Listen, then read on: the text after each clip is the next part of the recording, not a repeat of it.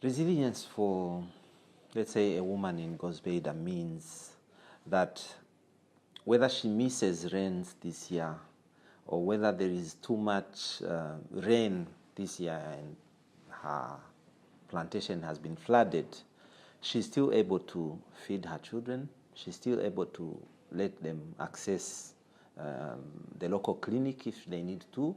She's still able to access clean water. She's still able to feed her children as she always does.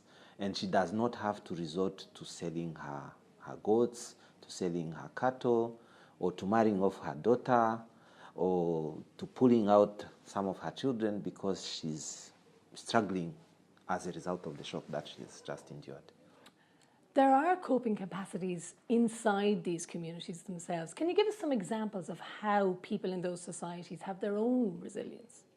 Yeah, in those contexts, the family plays a critical role, the community plays a critical role, and they have what I would call a local or a community social protection mechanism. So they look after their most vulnerable in a way.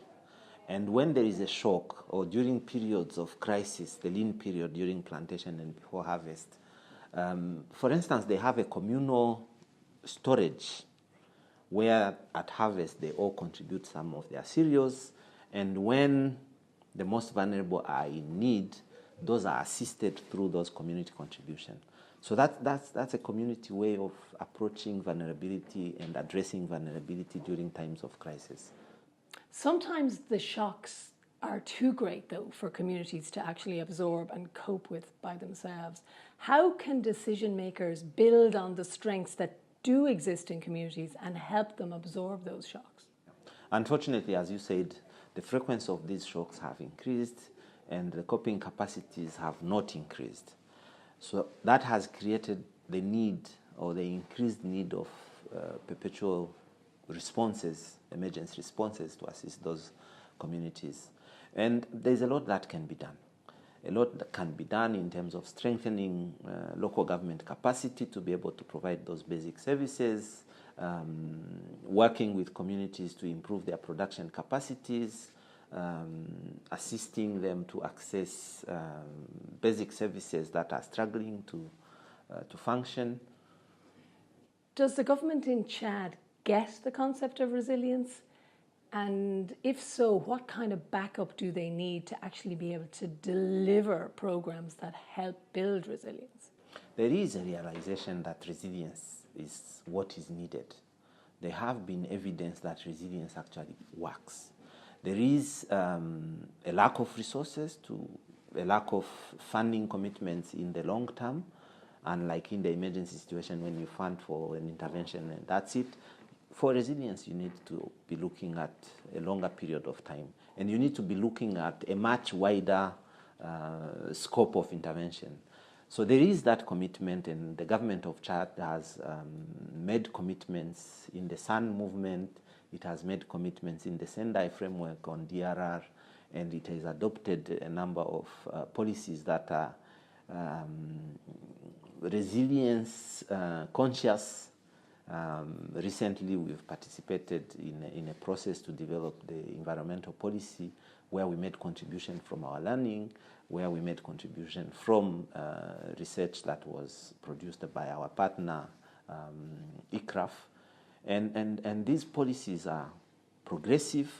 They are addressing the needs of those communities that need to be assisted, that need to strengthen their resilience capacity.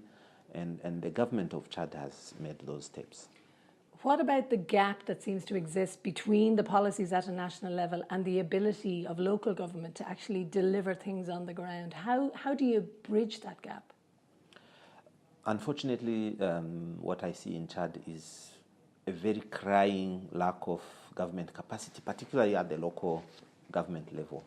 Government has no capacity to deploy itself, to reach out to those communities we are talking about, and to be able to provide those basic services and to be able to assist them in terms of accessing the right information at the right time, and to be able to strengthen their coping capacity, their resilience capacity.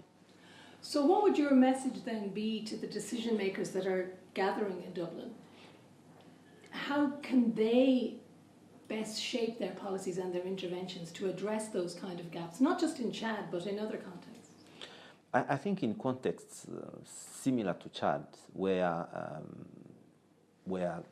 shocks are a part of life, where shocks are so frequent, there is need to change our mindset. There is need for development and humanitarian actors to work together and to look in the long term, because responding year on year to shocks that happen, it doesn't really help. What is needed is resilience programming to be able to build, to target the resilience capacity of those communities so that they are able to get back to looking after themselves, and so that they are able to raise their capacity to withstand those shocks and be able to continue living a normal life regardless of these shocks that have become a part of their lives.